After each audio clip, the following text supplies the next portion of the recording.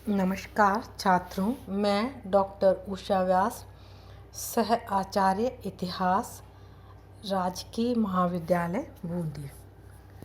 अभी तक हमने सल्तनत काल और मुग़ल काल में महिलाओं की सामान्य स्थिति देखी थी, जिसमें समाज में उनकी क्या स्थिति थी, समाज और परिवार में उनकी क्या स्थिति थी। अब हम देखते हैं शिक्षा के क्षेत्र में, साहित्य के क्षेत्र में, कला के क्षेत्र में महिलाओं का क्या योगदान रहा।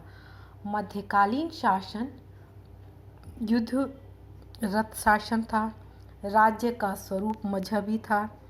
अपने अस्तित्व और धर्म की रक्षा के लिए शासक निरंतर युद्धों में संलग्न रहे। सल्तनत काल में राज्य की तरह शिक्षा का स्वरूप भी मजहबी था। जो भी मकतब व मदरसे इस अवधि में सुल्तानों ने स्थापित किए, वहाँ पर मुख्य रूप से मजहबी शिक्षा ही प्रदान की जाती थी। कन्याओं के लिए अलग से पाठशालाएं नहीं थी। साधारण परिवार की बालाएं लड़कों के साथ मकतब में प्रारंभिक शिक्षा प्राप्त करती थी, किंतु समृद्ध परिवार की शिक्षा की व्यवस्था उनके घर पर ही की जाती थी। पर्दे की कठोरता के कारण इस काल में शिक्षा क्षेत्र अत्यंत सीमित रहा।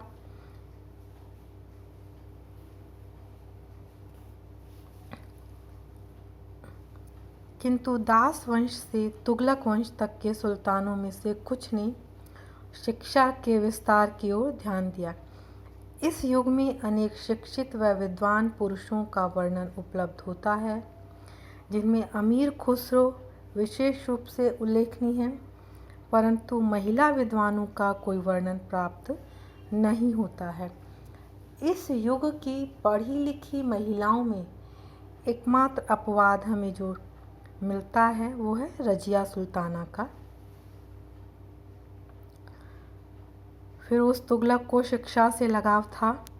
उसने कुछ मकतब मदरसे बनवाए थे, किंतु अपनी धार्मिक संकीर्णता के कारण उसने कन्याओं की शिक्षा की ओर ध्यान नहीं दिया था।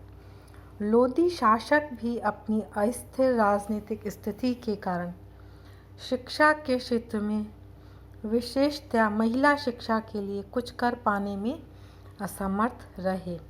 अतः सल्तनत काल का युग महिलाओं के शिक्षा के क्षेत्र में पिछड़ा ही रहा, क्योंकि बाल विवाह और पर्दे की कठोरता उनकी शिक्षा के मार्ग में बहुत बड़ी बाधा थी। सल्तनत काल की ही तरह मुग़ल काल में भी शिक्षा का मूल स्वरूप मजहबी ही रहा। प्रारंभिक मुग़ल शासक शिक्षा के विकास में कोई योगदान नहीं दे सके, किंतु बाबर के पुत्री गुलबदन बेगम एक अपवाद रही। उसकी समुचित शिक्षा दीक्षा के कारण उसने हुमायूं नामा की रचना की। मुग़ल कालीन शासकों में केवल अकबर ने शिक्षा पद्धति को धर्म से अलग करने का प्रयास किया था और इस्लामी मजहबी शिक्षा के साथ साथ हिंदू धर्मशास्त्रों के अध्ययन को भी संयुक्त किया था, ताकि दोनों धर्मों में तुलनात्मक अध्ययन से लोगों की धार्मिक दृष्टि विकसित हो सके। मुग़ल कालीन समस्त शासकों ने शिक्षा के विकास हेतु प्रयास किए, किंतु स्त्री शिक्षा की ओर विशेष ध्यान नहीं दिया। उनकी शिक्षा केवल मकतब तक सीमित रही। धनी, समृद्ध एवं राजवंश से संबंधित ज्ञान प्राप्ति में किसी से पीछे नहीं थी। अकबर कालीन शिक्षा के संदर्भ में आईन ए अकबरी में उल्लेख मिलता है। प्रत्येक व्यक्ति को नैतिकता, गणित, कृषि, ज्योतिष, शरीर विज्ञान, गृह विज्ञान और इतिहास को पढ़ना चाहिए और सभी विषयों का धीरे धीरे ज्ञान प्राप्त करना चाहिए। मुग़ल काल में पृथक शिक्षा का कोई वर्णन प्राप्त नहीं होता है, किंतु कन्याएं सल्तनत काल की बालिकाओं की तरह प्रारंभिक शिक्षा बालकों के साथ मकतब में ही प्राप्त करती थी। फिर भी इस काल में बेगम नूरजहाँ, मुमताज़ महल और ज़ेबुन्निसा जैसी महिलाओं का हमें उल्लेख मिलता है। नूरजहाँ शिकार करने में निपुण और शस्त्र विद्या में भी पारंगत थी। इस समय मुस्लिम शिक्षा के प्रमुख केंद्रों में दिल्ली, आगरा, जौनपुर, कश्मीर, मुल्तान, लाहौर आदि विशेष रूप से उल्लेखनीय रहे हैं। इस तरह से महिला शिक्षा के बारे में हमारे सामने कोई बहुत अच्छी पिक्चर उभर कर नहीं आती है। जो भी महिलाएं शिक्षित थी वो उच्च वर्ग की थी, राजवंश से संबंधित थी। सामान्य महिलाएं या उनमें जो केवल बालिकाएं थी वो बहुत प्रारंभिक ही शिक्षा प्राप्त कर पाती थी, क्योंकि पर्दे की कठोरता और बाल विवाह इसमें बहुत बड़ी बाधा बनते थे। इस तरह से मध्यकाल जो है महिलाओं के विकास का नहीं बल्कि पतन का युग था। फिर भी इस काल में अब हम देखते हैं साहित्य सृजन के क्षेत्र में महिलाओं का क्या योगदान रहा। फिर भी इस काल में कई स्थानों पर महिलाओं ने साहित्य सृजन में महत्वपूर्ण भूमिका अदा की। दक्षिण में कोथई आंद्राल तोयल प्रसिद्ध भक्ति गीत रचनाकार थी। उसने तिसमूली और तिरुप्पावाई नामक 2 प्रसिद्ध ग्रंथ लिखे थे। तमिल भाषा की दूसरी जो प्रसिद्ध कवयित्री थी उसका नाम था अब्बई। उसने नीति कविताओं की रचना की। प्राकृत और संस्कृत में भी हमें इस काल में कुछ महिलाओं द्वारा लिखे ग्रंथ मिलते हैं। इन महिला रचनाकारों में प्रभुदेवी, मदालसा, सुभद्रा, जयंती, अजय के नाम प्रमुख हैं। इसके साथ ही कुछ अन्य महिला लेखिकाओं ने मराठी, कश्मीरी, उड़िया व गुजराती में भी लेखन किया और प्रांतीय साहित्य को समृद्ध बनाया।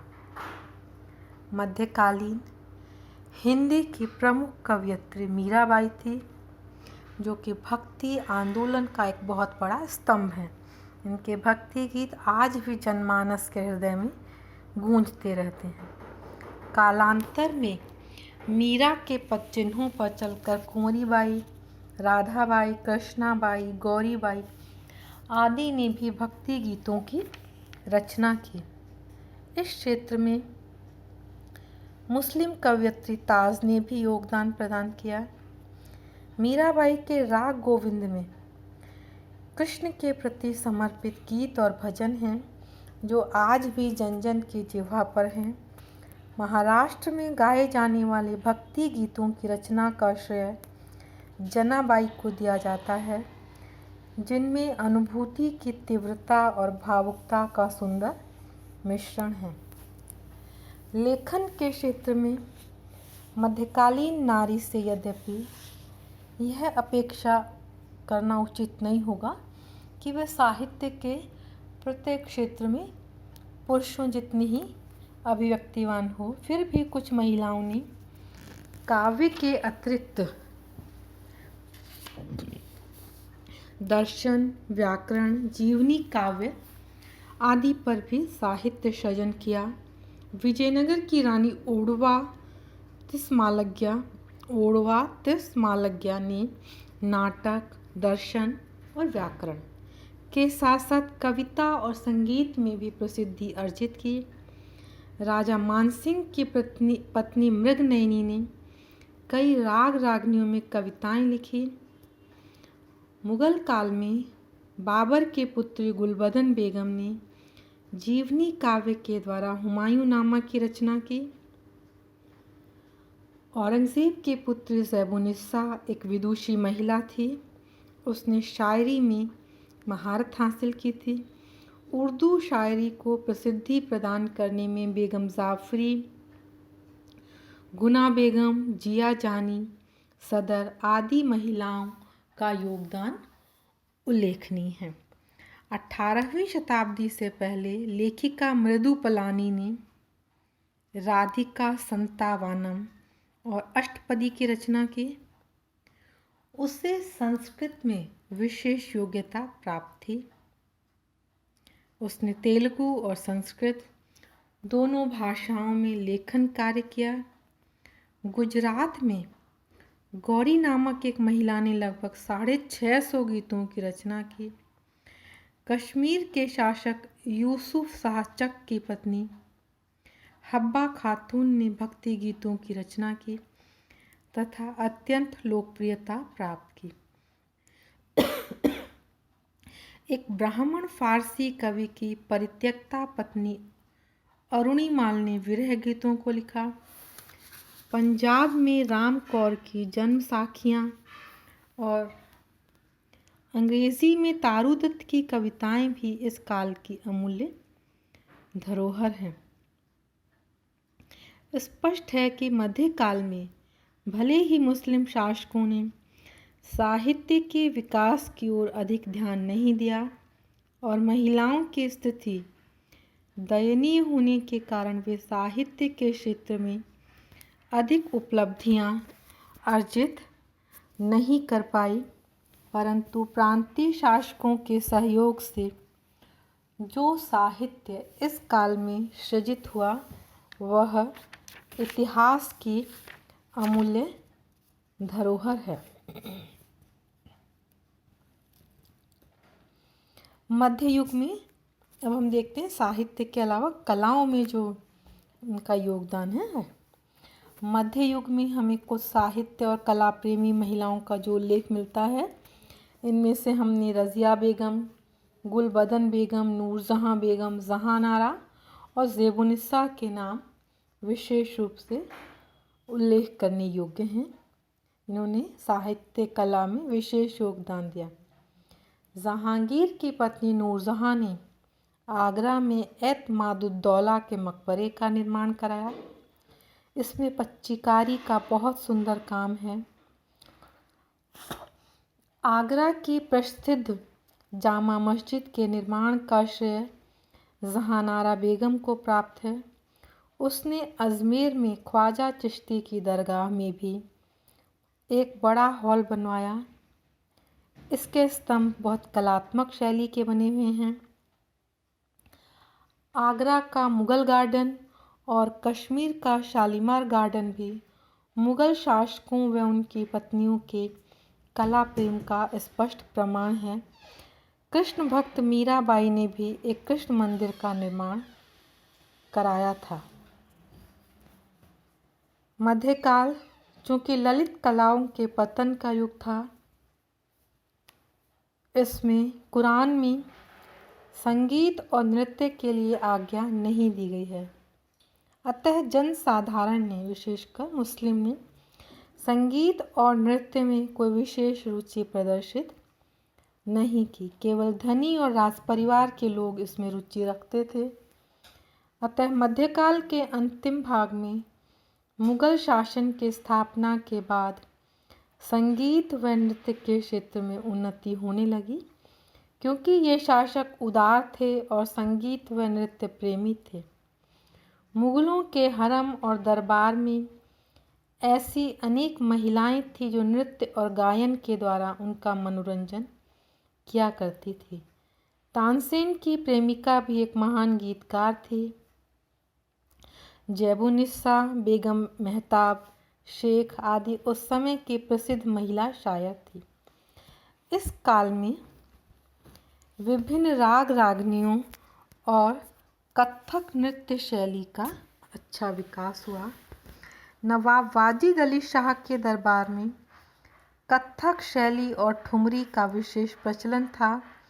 आज यद्यपि विभिन्न घरानों की शैलियाँ परस्पर घुल मिल गई हैं, परंतु फिर भी ग्वालियर घराना, आगरा घराना, जयपुर घराना आदि की पहचान और गुरु शिष्य परंपरा विद्यमान है। इन घरानों से संबद्ध अनेक प्रसिद्ध गणिकाओं का उल्लेख भी हमें इतिहास में प्राप्त होता है। ये गणिकाएँ यौन व्यापार से संबंधित न होकर कला की महान साधिकाएँ थीं। संगीत उनके लिए आजीविका का साधन तो था ही, पर उनकी साधना भी था। उन्हें लोग अपने घरों में विभिन्न उत्सवों के अवसर पर आमंत्रित करके अपने आप को गौरवान्वित महसूस करते थे। यदा कदा संगीत संबंधों का सार्वजनिक आयोजन भी किया जाता था और कला की प्रतिमूर्तियों को सम्मानित भी किया जाता था। वास्तव में इन गणिकाओं के साधना और क्षमता के कारण शास्त्रीय संगीत की परंपरा को प्रोत्साहन प्राप्त होता रहा और उसके अस्तित्व की रक्षा हो सकी। इस तरह से अल्पसंख्या में ही सही कई महिलाओं ने मध्यकाल में कला, साहित्य, संस्कृति के क्षेत्र में अपना विशेष योगदान दिया। धन्यवाद।